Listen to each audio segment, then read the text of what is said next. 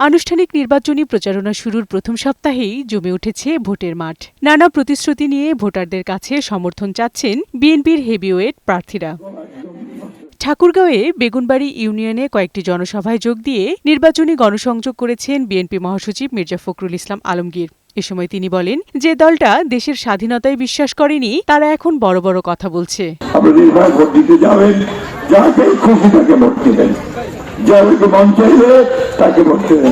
আমার আবেদন শুধু যে আমাকে আপনারা এই শেষবার মতো একটা সুযোগ দেন, তাহলে আমি আপনাদের কাজ করার সুযোগ পেতে। কক্সবাজারে দিনভর গণসংযোগ করেছে দলের স্থায়ী কমিটির সদস্য সালাউদ্দিন আহমেদ। চকরিয়ার বমুবিলছড়ি ইউনিয়নে জনসভায় দেশের স্থিতিশীলতার জন্য ধানের শীষের পক্ষে ভোট চান তিনি।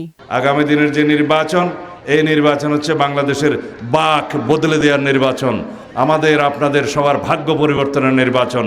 হিলির ধরন্দা ও পল্লী বিদ্যুৎ এলাকায় নির্বাচনী গণসংযোগ করেন দলের স্থায়ী কমিটির সদস্য ডাক্তার এজেড জাহিদ হোসেন। বিএনপি দেশের মানুষের উন্নয়নে ৩১ দফা বাস্তবায়ন করবে বলেও জানান তিনি। ষড়যন্ত্রকারীরা ষড়যন্ত্র করতেই পারে, কিন্তু জনগণের সামনে এই ষড়যন্ত্র টিকবে না।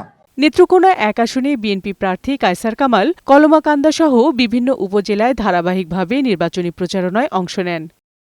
এছাড়াও খুলনা ৩ আসনের বিএনপি প্রার্থী রকিবুল ইসলাম বকুল লিফলেট বিতরণ ও গণসংযোগ করেন। পঞ্চগড়ের আটোয়ারী উপজেলার রাধানগর ইউনিয়নে নির্বাচনী প্রচারণা চালান ব্যারিস্টার নওশাদ জমির। এছাড়াও কক্সবাজার ঈদগাঁও উপজেলায় জনসংযোগ ও পথসভা করেন কক্সবাজার ৩ আসনের বিএনপি প্রার্থী লুৎফর রহমান কাজল।